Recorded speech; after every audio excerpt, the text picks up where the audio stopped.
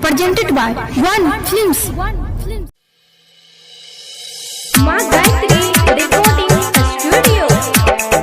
Music by Preeti रेस।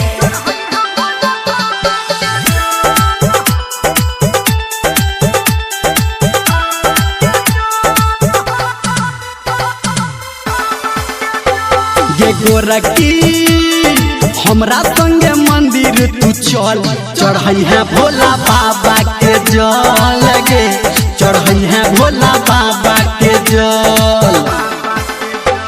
रे गोरखा हमरा संगे मंदिर तू चल, अच्छा। चढ़ेबै भोला बाबा के जल रे, चढ़ेबै भोला बाबा के जल। चल रे ये गोरखी हमरा संगे मंदिर तू चल, चढ़ई है भोला बाबा के जल गे, चढ़ई है भोला बाबा के जल।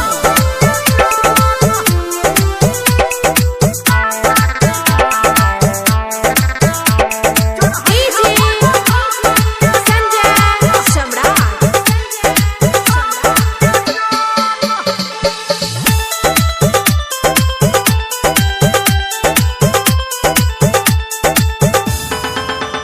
हाँ, देरी तू नहीं कर देरी, ई शुभ शुभ बेरी तू मानी ले न कहल गे जोरी, तोहर निक जोरी की भेट तो गे गोरी, करन पर तो टहल गे।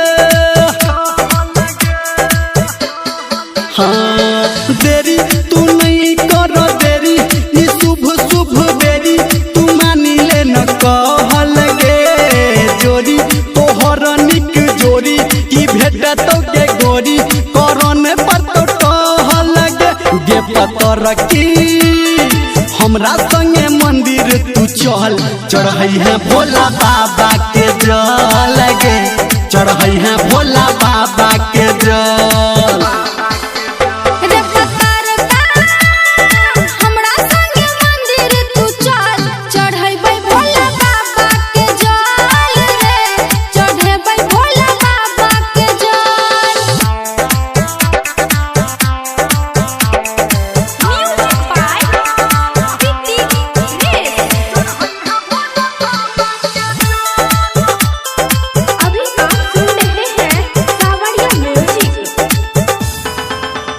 हाँ, भोला के भावे भांगे गोला, तू लग के चल झोला, भोला जी खुश भजे तो कहै छोगे धर्मेंद्र आ संजय गौतम तोरा सब कुछ दे तो। हाँ हाँ, भोला के भावे भांगे गोला, तू लग के चल झोला, भोला जी खुश भजे तो कहै छोटोरा धर्मेंद्र आ राइटर संटू तोरा गे सब कुछ दे तो गे सबर की हमरा संगे मंदिर तू चल, चढ़ई है भोला बाबा के जल गे, चढ़ई है भोला बाबा के जल।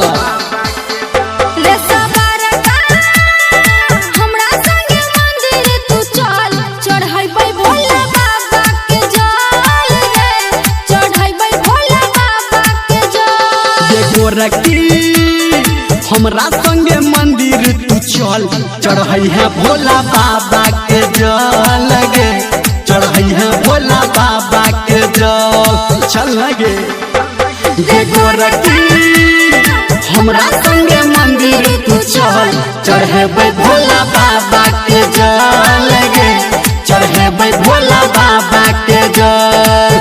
बुझली गे।